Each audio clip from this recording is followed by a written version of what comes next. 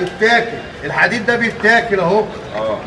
زي ما حضرتك شايفين الحديد ده متاكل منين؟ طب هو ما كانش متاكل ظاهر من منشيني اي تسريب ميه على السقف ولا حاجه مثلا؟ ما حصلش بقى يا فندم، هو عنده هو جوه مش يعني هو محل منشيني. لو في تسريب ميه في المكان الجراج قال لك، الراجل الموجود في الجراج قال لك ما فيش حاجه كانت بتحصل هنا.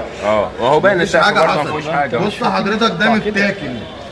ده بيتاكل منين؟ من عندي محل منشيني، اداره منشيني اهملت. حضراتكم اكتشفتوا الموضوع ده امتى يا استاذ؟ يا باشا ولا اي حاجه، هو النهارده يعني ما كانش في حاجه قديما خالص؟ مفيش اي حاجه يا فندم، مفيش يعني لو في اي حاجه مره واحده ريح، مفيش اي حاجه وقع زي ما حضرتك شايف العربيات، في عربيات جوه تاني. طب الصرف ده له علاقه بالعماره؟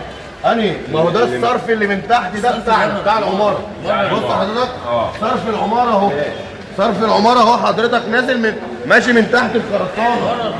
ده الصرف بعيد خالص عن اللي احنا بنتكلم عليه.